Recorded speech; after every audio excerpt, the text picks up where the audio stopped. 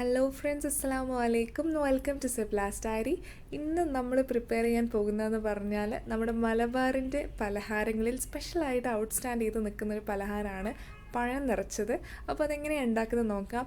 ആദ്യം തന്നെ 3 table spoon നെയ്യിലേക്ക് കുറച്ച് 2 ടേബിൾ സ്പൂൺ കാഷ്യൂ നട്ട്സ് ചേർത്ത് കൊടുത്തിട്ട് ചെറുതായിട്ടൊന്ന് റോസ്റ്റ് ചെയ്തെടുക്കുക. വളരെ ചെറുതായിട്ട് റോസ്റ്റ് ചെയ്തെടുത്താൽ മതി. അതിലേക്ക് ഒരു 2 ടേബിൾ സ്പൂൺ റേസിൻസ് ചേർത്ത് കൊടുക്കുക. അതിൻ്റെ കൂടെ തന്നെ വളരെ കുറച്ച് ഏലക്കായും കൂടി ചേർത്ത് ചെറുതായിട്ട് മിക്സ് ചെയ്തെടുക്കാം. അതിലേക്ക് 1 കപ്പ് തേങ്ങ ചേർത്ത് കൊടുക്കുക. തേങ്ങ നന്നായിട്ട് ഇതിൻ്റെ കൂടെ തന്നെ റോസ്റ്റ് ചെയ്യുമ്പോൾ നമ്മൾ 4 ടേബിൾ സ്പൂൺ പഞ്ചസാരയും കൂടി ചേർത്ത് കൊടുത്തിട്ട് ഇതെല്ലാം കൂടി നന്നായിട്ട് മിക്സ് ചെയ്തിട്ടെടുക്കുക.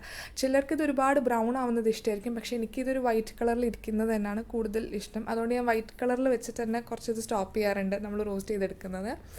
അത് കഴിഞ്ഞിട്ട് കുറച്ച് പഴുപ്പുള്ളൊരു പഴം നമ്മൾ രണ്ടായിട്ട് കട്ട് ചെയ്യണം നിർബന്ധമൊന്നുമില്ല. എനിക്കിതിങ്ങനെ കഴിക്കുന്നത് ഇഷ്ടമായതുകൊണ്ടാണ് ഇങ്ങനെ രണ്ടായിട്ട് കട്ട് ചെയ്തെടുക്കുന്നത്.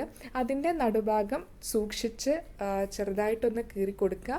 അതിലേക്ക് നമ്മൾ നമ്മുടെ ഈ തേങ്ങയുടെ മിക്സ്ചർ സ്റ്റഫ് ചെയ്ത് കൊടുക്കുക ചെയ്യുന്നത്. അപ്പോൾ അത് സ്റ്റഫ് ചെയ്യുമ്പോൾ ചെറുതായിട്ട് സൂക്ഷിക്കുക. ഞാൻ പറഞ്ഞ പോലെ പഴം ചിലപ്പോൾ പൊട്ടിപ്പോകാനുള്ള ചാൻസ് ഉണ്ട്. അതുകൊണ്ട് വളരെ സൂക്ഷിച്ചിട്ട് വേണം ഈ ഒരു സ്റ്റഫിങ് സംഭവം ചെയ്യാൻ വേണ്ടിയിട്ട്. അപ്പം എല്ലാ പഴവും ഇതേപോലെ സ്റ്റഫ് ചെയ്ത് കൊടുക്കുക. അതിനുശേഷം നമ്മളിതിൻ്റെ ബനാനയുടെ സ്കിന്ന് റിമൂവ് ചെയ്ത് കൊടുക്കുക. സ്കിന്ന് റിമൂവ് ചെയ്തതിന് ശേഷം നമ്മളിതിലേക്ക് മൈദയുടെ ബാറ്റർ പ്രിപ്പയർ ചെയ്യുക എന്നുള്ളതാണ് അടുത്തൊരു കാര്യം.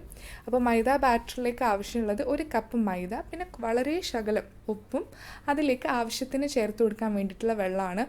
ഒരുപാട് മൈദയുടെ ബാറ്റർ ലൂസാവാൻ പാടില്ല, അല്ലെങ്കിൽ നമ്മൾ പഴത്തിൻ്റെ മേലേക്ക് ചേർത്ത് കൊടുക്കുമ്പോൾ അത് യൂസ്ലെസ് ആയിപ്പോവും. അപ്പോൾ അതുകൊണ്ട് വളരെ സൂക്ഷിച്ച് ആവശ്യത്തിന് മാത്രം വെള്ളം ചേർത്ത് കൊടുക്കുക. ഒരുപാട് ലൂസായിട്ടുള്ള ഒരു ബാറ്റർ ആയിരിക്കരുത് നമ്മൾ പ്രിപ്പയർ ചെയ്യുന്നത്. അതെല്ലാം കഴിഞ്ഞിട്ട് നമ്മൾ ചൂടായിട്ടുള്ള ഫ്രൈ പാനിലേക്ക് ഓയിൽ ഒഴിച്ചു കൊടുത്തതിന് ശേഷം നമ്മുടെ ഓരോ പഴത്തിൻ്റെ മേലെ നമ്മൾ സ്റ്റഫ് ചെയ്ത് വെച്ചല്ലോ തേങ്ങ, അതിൻ്റെ മേലേക്ക് വളരെ കുറച്ചായിട്ട് നമ്മുടെ മൈദയുടെ ബാറ്റർ ഇതേപോലെ ഒഴിച്ചു കൊടുക്കുക. ഇത് ചെയ്യുന്നത് എന്തിനാണെന്ന് വെച്ചാൽ നമ്മുടെ ആ തേങ്ങ എല്ലാം നമ്മൾ ഫ്രൈ ചെയ്യുന്ന സമയത്ത് പുറത്തേക്ക് വരാതിരിക്കാൻ വേണ്ടിയിട്ടാണ്. ഇത് ശരിക്കും എല്ലാവർക്കും ഇഷ്ടപ്പെടുന്ന ഒരു പലഹാരമാണ്. നമ്മുടെ മലബാറിലുള്ള, എനിക്ക് തോന്നുന്നു കോഴിക്കോട്, കണ്ണൂർ, മലപ്പുറം ഏരിയാസിലൊക്കെ അവരുടെ ജീവിതത്തിൽ ഒഴിച്ചുകൂടാൻ പറ്റാത്തൊരു പലഹാരമാണ്. അപ്പോൾ എല്ലാവരും ഈ പലഹാരം ട്രൈ ചെയ്ത് നോക്കണം. വീഡിയോ ഇഷ്ടപ്പെട്ടിട്ടുണ്ടെങ്കിൽ ലൈക്ക് ചെയ്യാനും ഷെയർ ചെയ്യാനും കമൻറ്റ് ചെയ്യാനും മറക്കരുത്. അപ്പോൾ മറ്റൊരു വീഡിയോയിൽ കാണാം. അസ്സലാമ.